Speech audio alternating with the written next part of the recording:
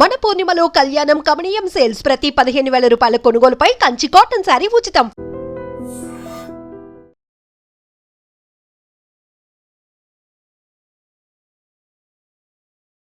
Hi guys, welcome to I dream. నేను మీ చాణక్య.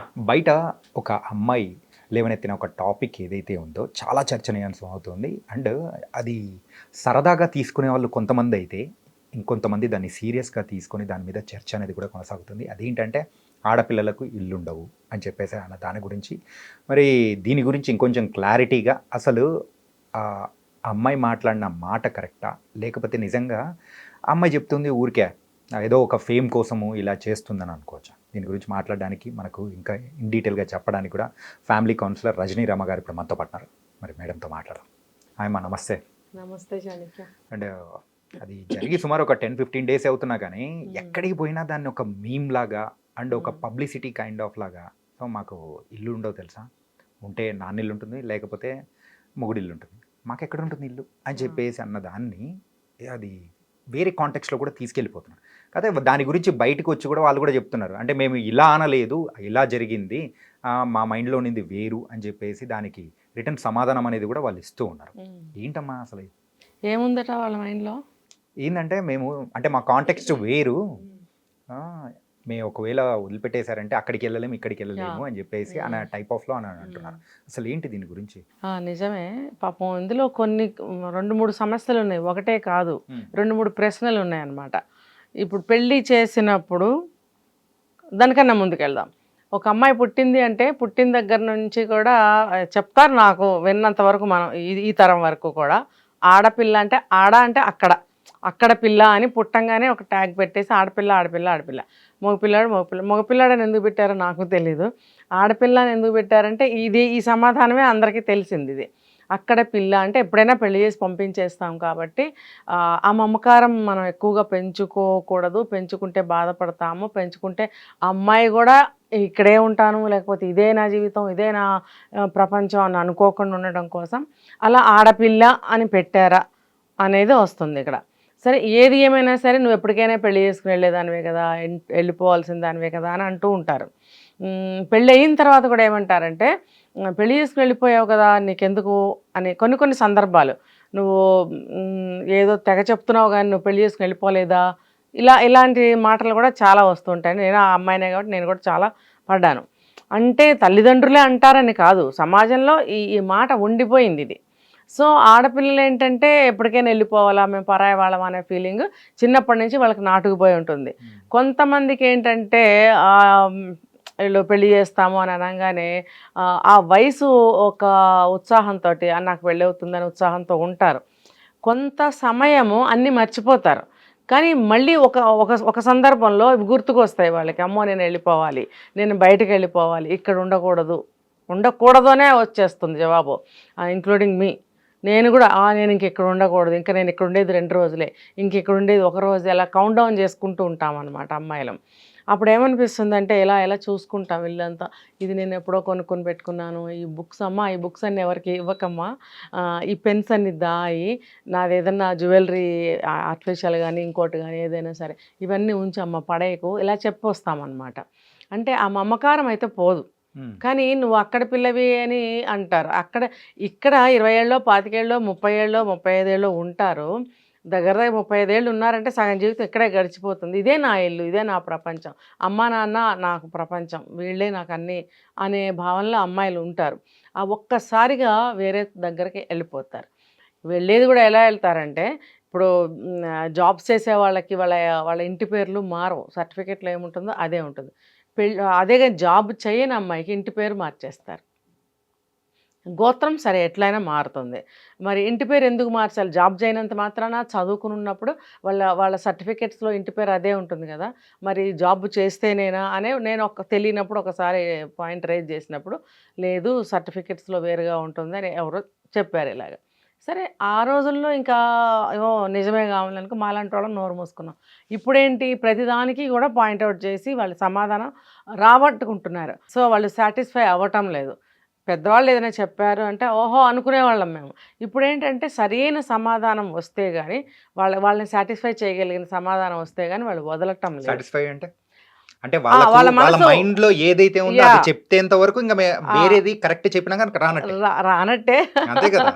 అది అందరూ ఆమోదించిన సమాధానం అయి ఉండాలి. ఉమ్. మీరు అన్నట్టు వాళ్ళ మైండ్లో ఏదనుకుంటున్నారో అదే కనెక్ట్ అయితే మ్యాచ్ అయితే ఇది కరెక్ట్ అని అనుకుంటారనమాట. అంటే ఏదైనా కానీ నిజం వైపు నిలబడాలి కానీ అది మాకు మైండ్ లో ఇదే ఉంది ఇదే ఇదే అంటే సైడ్ రావాలన్నట్టు కాదు వాళ్ళకి కదా. అది చెప్తేనే వాళ్ళకి సాటిస్ఫై. ఇప్పుడు 4 రకాలు పెడతాము, ఉమ్. అందులో నాకు ఇష్టమైనది ఏదో ఒకటి లేదు, ఆ, ఏదో తినేస్తాను. సరే ఇది బాగుందన్నారు, ఇది బాగుందన్నారు, కాస్ట్లీ అన్నారు, ఇందులో అదేసారు, ఇందులో ఇదేసారు, బాగుంటుంది బాగుంటుంది తిన్నాను ఓకే, కానీ నాకు ఇంకా దాని మీద ఉంది అదేదో తినాలి, అదొస్తే నేను సాటిస్ఫై. ఉమ్. ఇదంతా కాంప్రమైజింగ్ అనమాట. అలా ఉంటుంది. సరే పెళ్లి చేసుకుని వచ్చి పెళ్లి చేసి పంపించేటప్పుడు తల్లిదండ్రులు ఒక మాట అంటారు అప్పగింతలు చెప్పేటప్పుడు. ఉమ్. ఏమనంటే అది అది నీ ఇల్లే అనుకో అమ్మా, నువ్వు బాధపడకూడదు, నీ ఇల్లు అనుకుని నువ్వు ఉండాలి అని. ఇక్కడ అనుకుని అనే 4 అక్షరాల్లో చాలా తేడా ఉంది. నీ ఇల్లు అనుకుని కాదు, అది నీ ఇల్లు అని చెప్పాలి. భావన మార్చాలి. ఉమ్. ఇప్పుడు వరకు ఇది నీ ఇల్లు, ఇక్కడ ఇక్కడ ఎక్కడైతే మనం ఉంటున్నామో అది మనది. ఇప్పుడు అమెరికా వెళ్తాము, జపాన్ వెళ్తాము, అక్కడ ఉన్నంతకాలం నేను జపాన్లో జపాన్లో అంటాం కానీ నేను ఇండియన్ అని ఎవరైనా చెప్పుకుంటారా? ఉమ్. జపాన్లో ఉంటారు ఇలా అంటారు. ముందైతే ఆ మాటే వస్తుంది. అలాగే మరి ఇప్పుడు పుట్టింట్లో ఉన్నంత వరకు ఇది మనది, ఇక్కడి నుంచి అత్తగారింటికి వెళ్ళిన తర్వాత అది కూడా మనది, ఉమ్. ఇక నుంచి మనది, అది కూడా కాదు, ఇక నుంచి ఇది మనది, ఇది నాది అనే భావన ఎవరు కల్పించాలి అంటే తల్లిదండ్రులే ఎందుకు కల్పించాలి అని అంటే, ఇప్పుడు ఏది చెప్పినా సరే తల్లిదండ్రుల మాటే కదా నిన్నటి వరకు విన్నారు, అదే వాళ్ళకి ప్రపంచంలో స్టాండర్డ్ మాట, అదే ఒక నమ్మకమైన మాట. ఎందుకు కళ్ళు ఇప్పిన దగ్గర నుంచి అవే వింటూ పెరిగారు కాబట్టి అమ్మా నాన్న చెప్పితే ఇంక అందులో డోకా ఉండదు, అదే కరెక్ట్ అని మనసు గుడ్డిగా నమ్మేస్తుంది. సో వాళ్ళే చెప్పాలి ఏదైనా. ఉమ్. ఇక్కడ నువ్వు 40 ఏళ్ళు పెరిగిన అత్తగారింట్లో అత్తగారు చెప్తే రూఢి కలగదు. ఎందుకు అని అంటే కళ్ళిప్పిన దగ్గర నుంచి ఇదే కరెక్టు అని అనుకుంటూ పెరిగిన స్థలం అది, అమ్మా నాన్న ఉన్న ప్లేసు. ఇక్కడ వీళ్ళు కొత్త వాళ్ళు అన్న భావనే ఉంటుంది. అది ఎంత ప్రయత్నించినా కూడా ఎంతో కొంత ఎంత ఉంటూనే ఉంటుంది. కాబట్టి తల్లిదండ్రులు అనేవాళ్ళు అదే నీ ఇల్లు అదేనమ్మా ఇక నుంచి ఈ రోజు నుంచి ఉమ్. అని వీళ్ళు చెప్పి పంపాలి. అప్పగింతల్లో ఇంకా చాలా జరుగుతాయి. అటువాళ్ళు ఇటువాళ్ళు కూడా అప్పగింతలు చేసుకుంటారు. పాలల్లో చేతులు పెట్టించి అమ్మాయికి ఇట్లా అద్దుతారు. అద్దినప్పుడు ఏంటంటే అప్పుడు చెప్తారు ఈ మాటలని. అప్పుడు కొన్ని పాటలు కూడా ఉంటాయి అప్పగింతల పాటలు అని చెప్పి, అందులో చాలా వస్తాయి ఆ పాటలు. అవన్నీ అమ్మాయి వినేలాగా అక్కడ కూర్చుని పెళ్లి పాటలు పాడతారు. ఆ పాటల్లో ఎన్నో ఆమెకు తెలియజేస్తారనమాట. ఇది ఇక నుంచి అక్కడ ఆ ఇల్లు నీది, నువ్వు అక్కడ అంతా కూడా అర్థం చేసుకుంటూ ఉండాలి, అక్కడ వాళ్ళని బాధ పెట్టకూడదు, పుట్టింటి గురించి అక్కడ గొప్పలు చెప్పకు, మరి అత్తింటి రహస్యాలు కానీ అత్తింట్లో ఏదైనా కంప్లైంట్స్ ఉన్నా తీసుకొచ్చా పుట్టింట్లో చెప్పకు, ఇలా ఎన్నో ఉంటాయన్నమాట. ఆ భర్తని సరిగ్గా చూసుకో, అత్తగారిని బాగా చూసుకో, నువ్వు కూడా బాధపడకు, నిన్ను నువ్వు చూసుకో, ఇలాంటి అర్థాలు వచ్చే పాటలన్నీ పాడతారు. కానీ అన్ని జరుగుతూ ఉన్నాయి, అంతా బాగానే ఉంది. కానీ ఏంటంటే ఒకానొక టైంలో సంసారాలు కానీ విడాకుల వయసు కానీ అలాంటి కౌంట్ అనేది కూడా చాలా తక్కువ ఉన్న సందర్భాలు. సో వాళ్ళ ఇంటిని కూడా బాగు చేసుకుంటూ హస్బెండ్ కూడా అంటే మనం వెళ్ళిన ఇల్లుని తన ఇల్లుగా మార్చుకునే ఒక బాధ్యత అనేది అమ్మాయి మీద ఉంటుందా? ఉంటుంది. కానీ అదంతా అట్లా ఫాలో అవుతున్న టైంలలో ఇప్పుడు ఎందుకు నాది అది కాదు ఇది కాదు నేను ఎక్కడ ఉంటాను అని చెప్పేసి ఇలాంటి వితండవాదం అనేది కూడా రావడానికి గల కారణం ఏంటి? అదే చెప్తున్నా, అప్పట్లో తల్లిదండ్రులు అన్ని కూడా కరెక్ట్గా చెప్పారు. అంటే ఇప్పుడు తల్లిదండ్రులు చెప్పట్లేదు అసలు? చెప్పట్లేదు. ఓకే. చెప్పరు. అంటే ఇప్పుడు ఈ స్టేట్మెంట్లు అనేది పాస్ చేస్తూ ఉన్న వాళ్ళు ఎవరైతే ఉంటారో వాళ్ళకు కూడా తల్లిదండ్రులు చెప్పట్లేదు అసలు. ఇప్పుడు ఒక ఊర్లో ఒక ఆమె పుట్టిందండి, పెరిగింది, అక్కడ చదువుకుంది, అంతా అయింది. ఇప్పుడు ఆమె వయసు 45 అనుకుందాం, లేకపోతే 50 అనుకుందాం. వాళ్ళ పిల్లలకి వాళ్ళ ఊర్లో ఒక ప్రసిద్ధమైనటువంటి ఒక విషయం ఉన్నప్పుడు మీరు ఆ పాపకి ఆ విషయం చెప్పారంటే మా ఊళ్ళో అది ఉన్నట్టే నాకు తెలీదు, ఇంకా నేను మా పిల్లలకి ఎలా చెప్తాను అంటే, నీకే తెలీదు, నువ్వు నీ పిల్లలకి ఏం చెప్తావు? ఇక్కడ ఇది కూడా అంతే. ఒకవేళ తెలిసినా కూడా తీసేయండి, వద్దు, కొత్త ట్రెండ్ సృష్టించు, అలాంటి లైఫ్ వద్దు, నీకంటూ ఇండివిజువాలిటీ, నీకంటూ ఒక ఇండిపెండెన్సీ ఉండాలి, లిబర్టీ ఉండాలి. అంటే ఇది నీదనుకో, అది నీదనుకో, అనుకుని ఉండటమే ఇంకా. కాబట్టి నీది లేదు అని స్పెషల్ అర్థం బయటకు తీశారు. అది సో ఇప్పుడు మళ్ళీ ముందుకెళ్తే పాటల్లో అలాంటి అర్థాలు వచ్చే పాటలు పాడేవారు. ఇప్పటికీ ఊళ్ళల్లో పాడుతున్నారు. ఇంకా అక్కడికి వెళ్ళిన తర్వాత తనేమనుకుంటుంది, ఇప్పుడు మీరే అన్నట్టు అక్కడికి వెళ్ళిన తర్వాత చకచకా అన్నిట్లో ఇన్వాల్వ్ అయిపోయి, అమ్మ చెప్పింది కదా, చక్కగా అన్నీ నెరవేర్చుకుంటుంది, అన్ని పనులు చేస్తుంది, అందరికీ అన్ని పనులని కాదు, తప్పు అర్థం తీయద్దు ఇందులో. ఇప్పుడు ఒక పార్ట్ ఆఫ్ వర్క్ ప్రతి ఒక్కళ్ళకి ఉంటుంది, ఫ్యామిలీలో ఉండాలి ఎప్పటికైనా సరే. అందరికీ ఒకళ్ళే చేయాలని నేను ఎప్పుడు అనను. ఇప్పుడు నీ పనులు నువ్వు చేసుకుంటావు, నా పనులు నేను చేసుకుంటాను. లేకపోతే కామన్ వర్క్స్ కొన్ని ఉంటాయి, నువ్వు చేయగలిగినవి చేస్తావు, చేయలేని ఇంకొకళ్ళు అందుకోవాలి, లేదా ఎవరన్నా సర్వెంట్ ఉంటే ఓకే. అలా నడవాలి ఇల్లు, అలా నడుస్తుంది. సో నీ పార్ట్ ఆఫ్ వర్క్ ఏదైతే ఉందో దాన్ని నువ్వు చక్కగా చేసేసుకోవాలి, టైం ప్రకారం నీ పనులు చేసేసుకోవాలి. చదువుకోవాలి, కాలేజ్కి వెళ్ళాలా, లేకపోతే కొంతమంది ఆఫ్టర్ మ్యారేజ్ కూడా చదువుకుంటారు, జాబ్కి వెళ్ళాలా, జాబ్కి వెళ్ళాలి. లేదు ఇంట్లోనే ఉండే అమ్మాయి అయితే ఇంటీరియర్ సర్దుకోవడము, ఇంట్లో ఫ్యామిలీ మెంబర్స్తో నువ్వు ఎలా కలిసిమెలిసి ఉండాలో అలా అలా అలా ఉంటుంటే ఒక స్వతంత్ర భావం వచ్చేస్తుంది. అక్కడున్న అత్తగారు మామగారు ఆ ఎల్లాస్ ఇంట్లో ఎవరెవరైతే ఉన్నారో వాళ్ళు కూడా నీ ఇల్లు ఇదేనమ్మా ఈ రోజు నుంచి అని చెప్పగలగాలి. అది చెప్పనప్పుడు ఇదే ప్రశ్న వస్తుంది, నా ఇల్లు ఏది. కోపాల మీద గొడవలు వచ్చినప్పుడు భర్తలు కూడా ఏమంటారు తెలుసా, నీ ఇంటికి వెళ్ళిపో అంటారు. వాళ్ళు పుట్టింటి వాళ్ళు ఏమన్నారు, ఇదే నీ ఇల్లు అమ్మాయి, ఇక్కడి నుంచి పెళ్లి చేసి పంపించాం కదా, వాళ్ళ వంశానికి పిల్లల్ని కనాలి, పెంచాలి, వాళ్ళ మనిషిగా నీకొక సపోర్ట్ కోసం, నీకొక ఏమంటారు తోడు నీడ కోసం, జీవితకాలం నీకు ఒక తోడు కావాలని నిన్ను అక్కడ పంపాం. తల్లిదండ్రులు చూడలేక కాదు, ఒక ముందో వెనకో, కొంతమందికి పెళ్లికి ముందే తల్లిదండ్రులు చనిపోతారు, తర్వాత పెళ్ళైన నెలకో సంవత్సరానికో 2 ఏళ్లకో ఎప్పుడో 10 ఏళ్లకో తల్లిదండ్రులు పోతారు, ఇమ్మీడియట్గా వారంలోనే పోయిన వాళ్ళు కూడా ఉన్నారు. అప్పుడు ఈ ఆడపిల్లకి దిక్కు ఉండదని చెప్పి పెళ్ళిళ్ళు చేస్తున్నారు, పెళ్ళిళ్ళు చేస్తారు. అసలు ఎందుకు ఈ అమ్మాయి ఇక్కడ బాధపడకూడదు, తనకంటూ ఒక ఇల్లు, ఒక భర్త, ఒక నీడ, ఒక స్వతంత్రం ఉండాలని చెప్పి పెళ్లి చేసి పంపిస్తారు. కానీ ఒక ముద్ద అన్నం పెట్టలేక, బట్టలు ఇవ్వలేక కాదు. ఇది అర్థం చేసుకోకుండా భర్తలు అనేవాళ్ళు, అత్తింటి వాళ్ళు కోపం వస్తే పో నీ ఇంటికి అని అనేవాళ్ళు ఉన్నారు, తరిమేసి తోసేసేవాళ్ళు ఉన్నారు. మరి అప్పుడు వాళ్ళేమో పెళ్లి చేసి ఇదే నీ ఇల్లమ్మ అని పంపించినప్పుడు కష్టసుఖాలన్నీ ఇక్కడి నుంచి వాళ్ళకే చెప్పుకోవాలి, నువ్వు అక్కడ ఇక్కడ చెప్పకూడదు అని అన్నప్పుడు తిను అక్కడికి వెళ్ళలేదు. వీళ్ళేమో ఇలా అంటున్నారు. సరే ఇంకొకటి చెప్తాను, ఎక్కువ రోజులు పుట్టింట్లో ఉంటే ఎప్పుడు వెళ్తాం మీ అత్తగారింటికి అని అడుగుతారు. అంటే అక్కడ ఉండనివ్వరు, ఇక్కడికి వస్తే వీళ్ళు ఏదో ఒకటి సాధిస్తూ ఉంటారు. భర్త కూడా కోపం వస్తే పో ఇక్కడి నుంచి అంటాడు. అప్పుడు ఎక్కడికి వెళ్ళాలి? ఇవన్నీ అమ్మలు పడి ఉంటారు. పడి ఉన్నప్పుడు వాళ్ళ పిల్లలకి ఇవన్నీ ఎందుకు నేర్పిస్తారు, మీరు ఇలా ఉండండి అని? నేర్పించరు కాబట్టి నీది వెతుక్కో, నీ ఇండివిజువాలిటీ చూసుకో, నీ ఇండిపెండెన్సీ చూసుకో, నీ కాళ్ళ మీద నువ్వు నిలబడు అనేది నేర్పారు. తెలిసినా చెప్పరు, తెలియకపోతే అది వేరే విషయం. సో దానివల్ల అమ్మాయిల మనస్తత్వాలన్నీ కూడా మారిపోయి తనకంటూ అని అన్నీ చూసుకుంటున్నారు. అయితే ఏంటంటే ఇక్కడ ఈ రోజుల్లో అమ్మాయిలు కూడా తనకంటూ ఒక ఇల్లు కొనుక్కుంటున్నారు.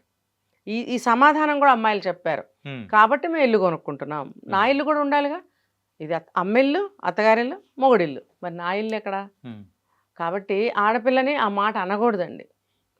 మీరు కావాలని అమ్మాయిని పెళ్లి చేసుకుని తెచ్చుకున్నప్పుడు నీ ఇల్లు అని మాట్లాడటం తప్పు. నీ ఇంటికి వెళ్ళిపో, మీ అమ్మని అడుగు, మీ నాన్నని అడుగు, వాళ్ళని ఎందుకు అడగాలి, వాళ్ళ ఇంటికి ఎందుకు వెళ్ళాలి?